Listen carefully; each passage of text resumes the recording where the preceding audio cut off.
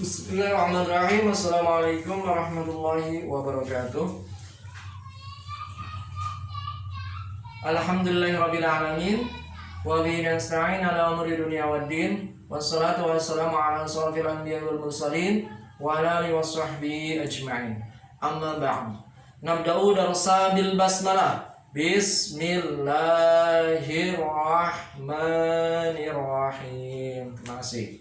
Ya, apapun kegiatan kita awali dengan doa, minimal membaca basmalah biar kita ada keberkahan dalam hal apapun, dalam melaksanakan kegiatan apapun kita awali dengan berdoa. Ibarat kita punya berangkas kita akan diisi uang. Kita punya kunci itu adalah doanya.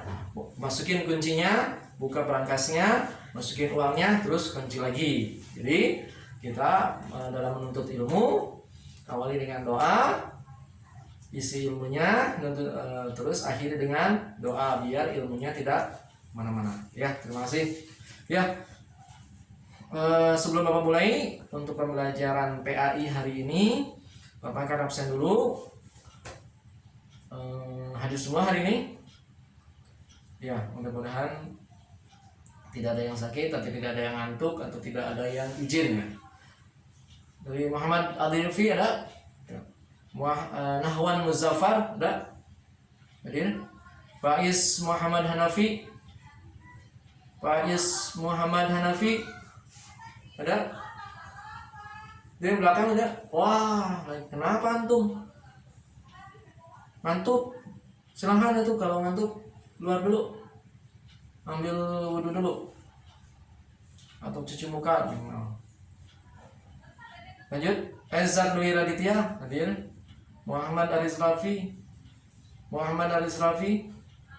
nggak ada yang tahu kemana tanpa keterangan ya. Muhammad Dafa Fadila ada. Izza Mahendra ada. Muhammad Lutfi Hadiansah hadir. Labib Ahmad Syakir dan Rizal Bayi Permana hadir. Dimas Nur Alif dan Muhammad Fadil Najmi hadir. Faisal Dafa, Muhammad Yusuf Ardiansah, Muhammad Galbi Karim Al-Wafi hadir ya. Oke, silakan buka bukunya, buka buku pendidikan mata pelajaran pendidikan agama Islam dan Budi Pekerti. Kelas ini mungkin khusus untuk pelajaran PAI. Bapak kalau kelas sebelumnya Bapak di barusan di kelas 7E belajar tahfizul Quran ya, metode scanning.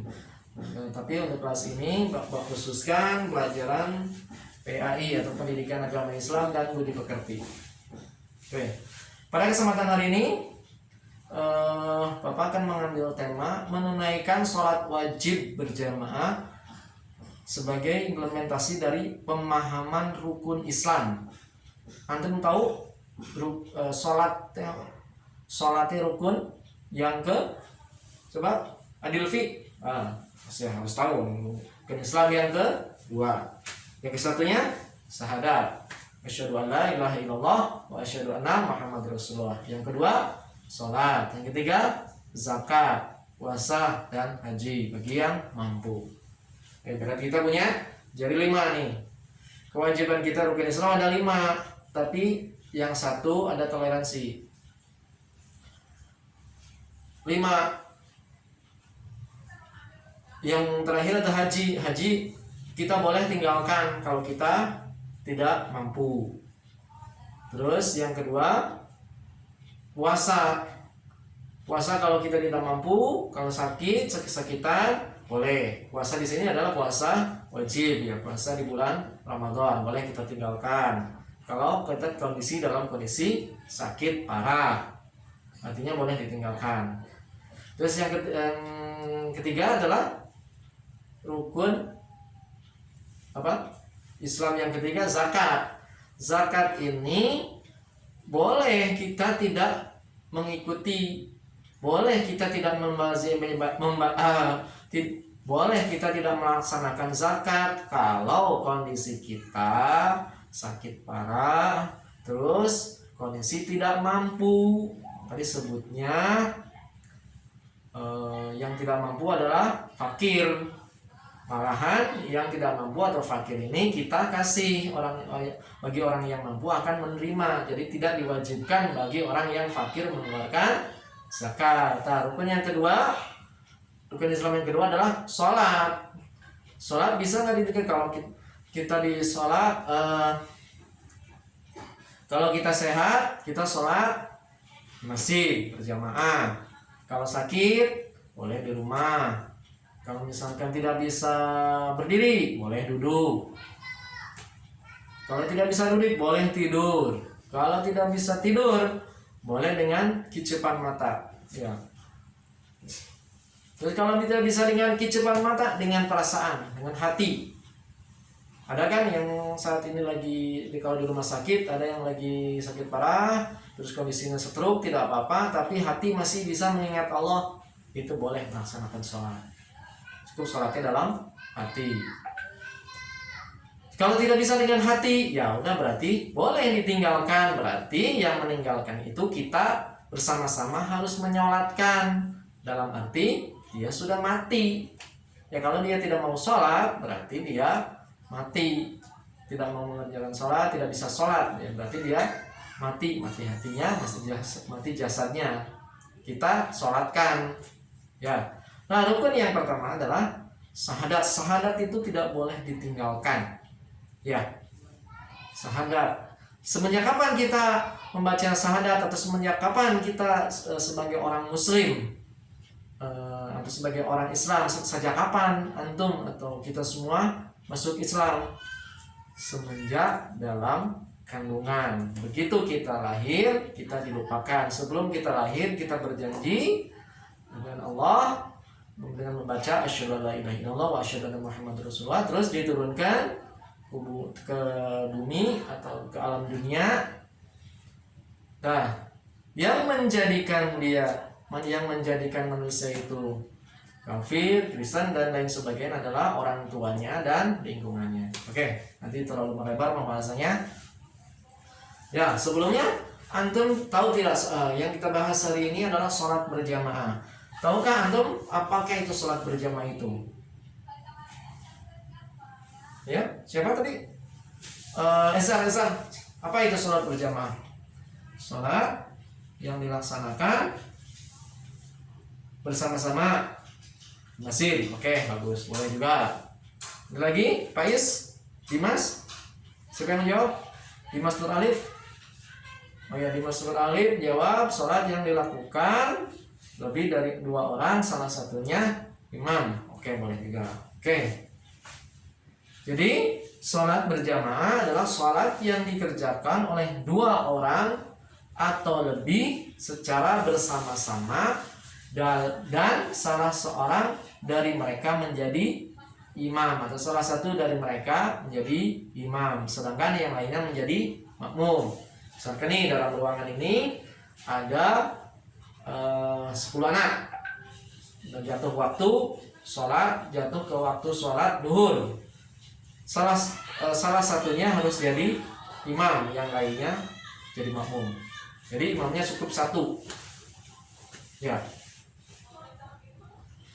Kalau sholat, niat sholat 5 waktu yang kita lakukan sangat diutamakan untuk dikerjakan secara berjamaah. Jadi kalau sholat 5 waktu, sholat wajib seperti sholat subuh, duhur, asar, maghrib, dan isya, lebih diutamakan dilakukan secara berjamaah di masjid. Ya, kalau sendiri,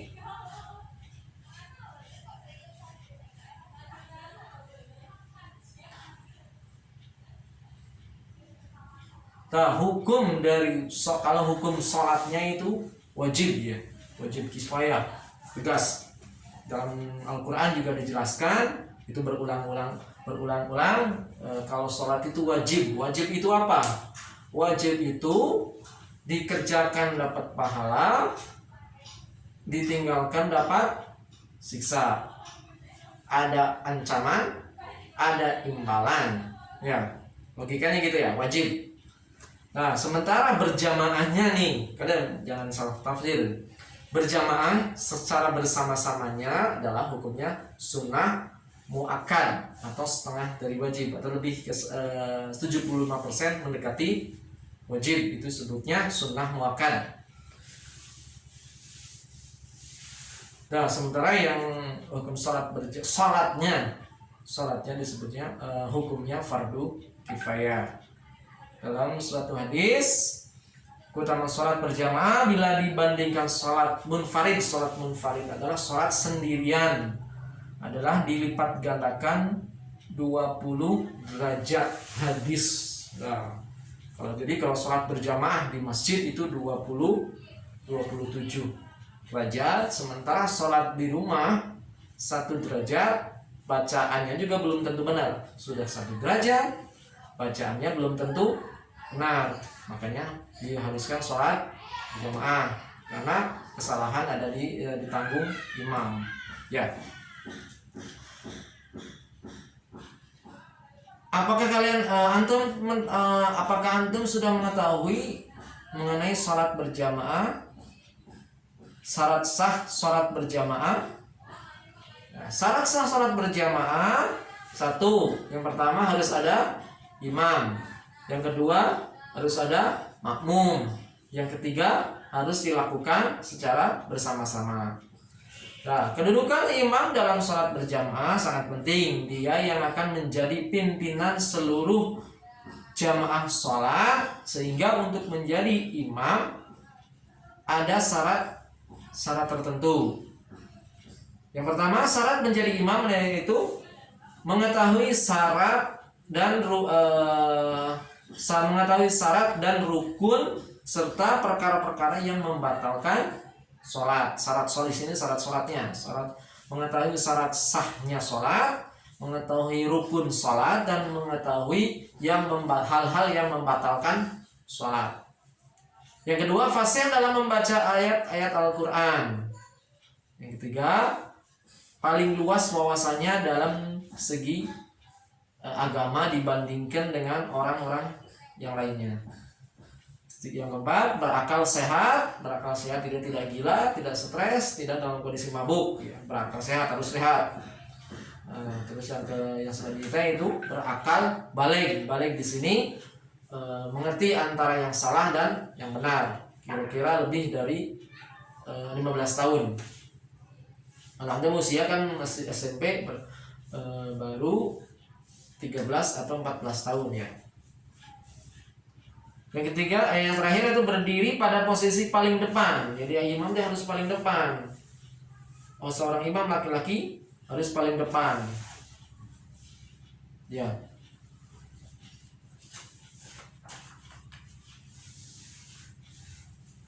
Oke. Selanjutnya, makmum, apa yang membedakan, apa bedanya makmum masbuk dan makmum muafik? Ada yang tahu? Ada yang mau jawab? Sebelum Bapak lanjut, ada yang mau jawab? Apa yang dimaksud makmum masbuk? Coba Muhammad Aris Rafi, apa jawabannya? Makmum masbuk, sekali lagi, makmum yang ketinggalan Al-Fatihah. Oke, 100. Selanjutnya, apa yang dimaksud makmum muwakif? Muwafik, bukan makmum muwafik. Makmum yang mengikuti Al-Fatihahnya dari awal. Oke, terima kasih bagus. Jadi, makmum masbuk adalah makmum yang tidak sempat membaca surat Al-Fatihah, biasanya tertinggal. Ini imam sudah baca waladdallin amin. Ini baru masuk usolli fardu duhri atau musallim Allah Akbar, ya langsung lanjut. Tapi makanya makmum yang tertinggal surat Al-Fatihahnya disebutnya makmum masbuk.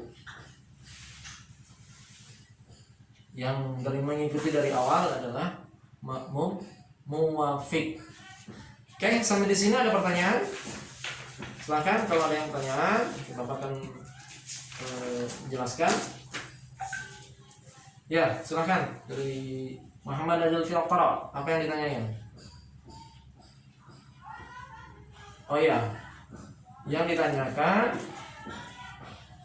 apa kenapa dalam sholat berjamaah harus rapat dan lurus softnya? Oke. Selanjutnya Dimas Turalif. Kenapa ketika kita ruku dalam sholat, kenapa ketika kita dalam sholat ruku harus lihat ke bawah? Oke, siap. Kenapa ketika salam kita harus menengok ke kanan dan ke kiri? Oke ya. Lebih ke mungkin ini lebih ke maknanya ya. Oke, siap lah. Karena waktu kita terbatas.